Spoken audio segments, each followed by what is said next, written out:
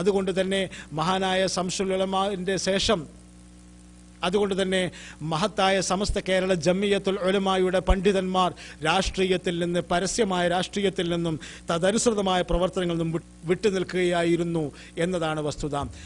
മഹത്തായ സമസ്ത കേരള ജമിയത്തുൽ ഉലമയെ രാഷ്ട്രീയ വേദിയിലേക്ക് വലിച്ചേക്കാൻ ശ്രമിച്ചത് സമസ്തയുടെ ആൾക്കാർ എന്ന പേരിൽ രംഗത്ത് വരികയും പ്രവർത്തിക്കുകയും ചെയ്ത ഒരു വിഭാഗം തന്നെയാണ്.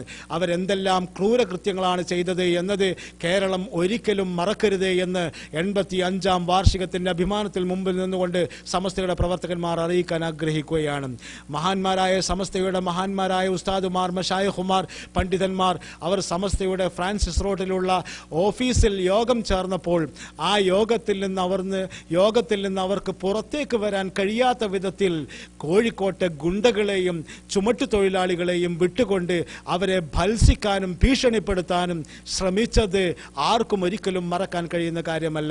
പള്ളി ദർസുകളിലും അതുപോലെ ആത്മീയ വേദികളിലും മാത്രം ഒതുങ്ങിക്കൂടുകയും തസ്ബീഹ് മാലയും ദിക്റുകളും സലാത്തുകളും മാത്രമായി ജീവിതത്തെ പരിവർത്തിപ്പിക്കുകയും ചെയ്ത മഹാന്മാരായ സമസ്ത കേരള ജമിയത്തുൽ ഉലമായുടെ റയീസുൽ മുഹഖഖീൻ അടക്കമുള്ള മഹാന്മാരായ പണ്ഡിതന്മാരെ കോടതികളിൽ നിന്ന് കോടതികളിലേക്ക് വലിച്ചിഴക്കുകയും പേജുകളിലും സ്റ്റേജുകളിലും ഇട്ട് കശക്കുകയും ചെയ്ത കശ്മലന്മാരായ അവരുടെ ചെയ്തികളെ നമുക്കൊരിക്കലും തന്നെ മറക്കാൻ കഴിയുന്നതല്ല.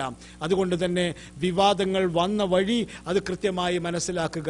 മാത്രമല്ല, ഈ വിവാദങ്ങളുടെ പേരിൽ മുതലെടുക്കുന്നത് ആരെല്ലാമാണ്, ആർക്കെല്ലാമാണ് അതിൻ്റെ പേരിൽ പണക്കാരാവാൻ കഴിഞ്ഞത്, അതിൻ്റെ പേരിൽ വലിയ ആൾക്കാരായി തീരാൻ കഴിഞ്ഞത്, അതിൻ്റെ പേരിൽ പത്രങ്ങളിലും ചാനലുകളിലും വരാൻ കഴിഞ്ഞത് ആർക്കാണ്?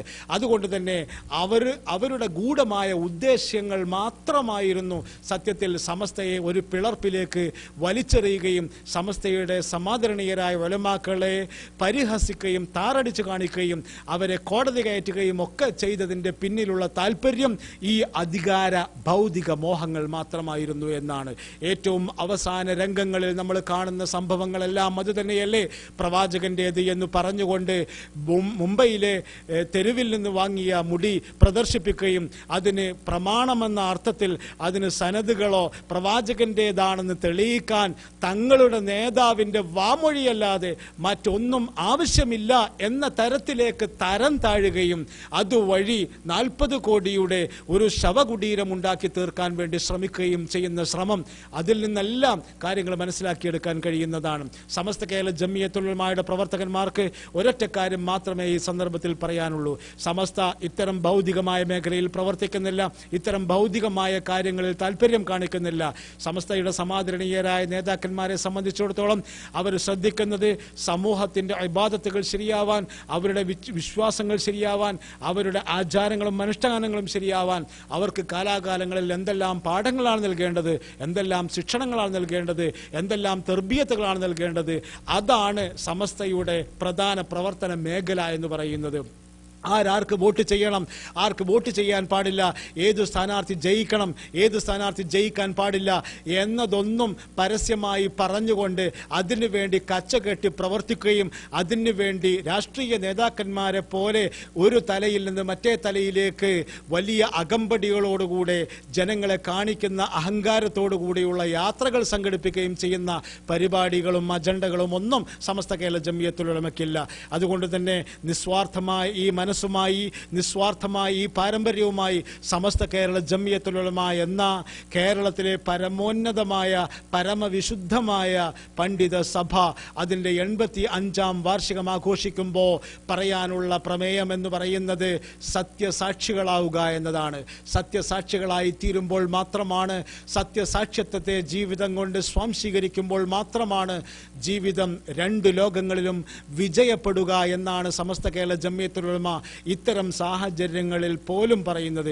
ഇസ്ലാമിൻ്റെ പേരിൽ, പ്രവാചകന്റെ പേരിൽ വളരെ വില കുറഞ്ഞ കച്ചവടവുമായി ഊരു ചുറ്റുന്നവരുണ്ടാകുന്ന ഈ സാഹചര്യത്തിൽ പോലും സമസ്തക്ക് പറയാനുള്ളത് തന്മയത്വത്തോടുകൂടിയുള്ള ഇസ്ലാമിക വികാരമാണ്. ആ വികാരം സത്യസാക്ഷികളാവുക എന്നതാണ്. സത്യസാക്ഷ്യത്തെ മനസ്സിൽ സ്വീകരിക്കുകയും ജീവിതം കൊണ്ട് സ്വാംശീകരിക്കുകയും ചെയ്തുകൊണ്ട് അള്ളാഹുവിൻ്റെ തൃപ്തിയിലേക്കും അള്ളാഹുവിൻ്റെ ജന്നത്തിലേക്കും മിന്നത്തിലേക്കും നടന്നെടുക്കാനുള്ള അഭ്യർത്ഥനയാണ് സമസ്ത കേരള ജംഇയ്യത്തുൽ ഉലമ എന്ന അനുഗ്രഹീതമായ പണ്ഡിത സഭ കേരളീയ മുസ്ലിങ്ങളുടെ മുമ്പിൽ വെക്കുന്നത്. ആ മഹത്തായ പ്രമേയവുമായി 85-ാം വാർഷികം ആഘോഷിക്കുമ്പോൾ ആ മഹത്തായ സന്ദേശത്തിലേക്കും ആ ആദർശത്തിലേക്കും ആ വികാരത്തിലേക്കും മനസ്സുമായി സന്തോഷം എത്തിച്ചേരുവാൻ എല്ലാ സുമനസ്സുകളെയും ഞങ്ങൾ സഹർഷം സ്വാഗതം ചെയ്യുകയാണ്, ക്ഷണിക്കുകയാണ്. സത്യത്തെ കണ്ടെത്തുവാനും അതിനോടൊപ്പം സഞ്ചരിക്കുവാനും അതിൻ്റെ നേട്ടങ്ങൾ നേടിയെടുക്കുവാനും അല്ലാഹു റബ്ബുൽ ഇസ്സത്തിൽ നിന്ന് നമുക്ക് തൗഫീക്കും അനുകൂലമായ ഭാഗ്യവും ഉണ്ടാകുമാറാവട്ടെ എന്ന് ആത്മാർത്ഥമായി പ്രാർത്ഥിച്ചുകൊണ്ടും സമസ്തയുടെ ഐതിഹാസികമായ 85-ാം വാർഷിക മഹാസമ്മേളനത്തിലേക്ക് എല്ലാവരെയും സസന്തോഷം ക്ഷണിച്ചുകൊണ്ടും അള്ളാഹുവിനോട് ഈ സമ്മേളനത്തിൻ്റെ വിജയത്തിനും സമ്മേളനത്തിനോടനുബന്ധിച്ച് നാം നടത്തുന്ന എല്ലാ ക്യാമ്പയിനുകളുടെ വിജയത്തിനും വേണ്ടി ആത്മാർത്ഥമായി പ്രാർത്ഥിച്ചുകൊണ്ടും വആഖിറു ദഅവാനാ അനിൽ ഹംദുലില്ലാഹി റബ്ബിൽ ആലമീൻ വസ്സലാമു അലൈക്കും വറഹ്മത്തുള്ളാഹി തആല വബറകാതുഹു.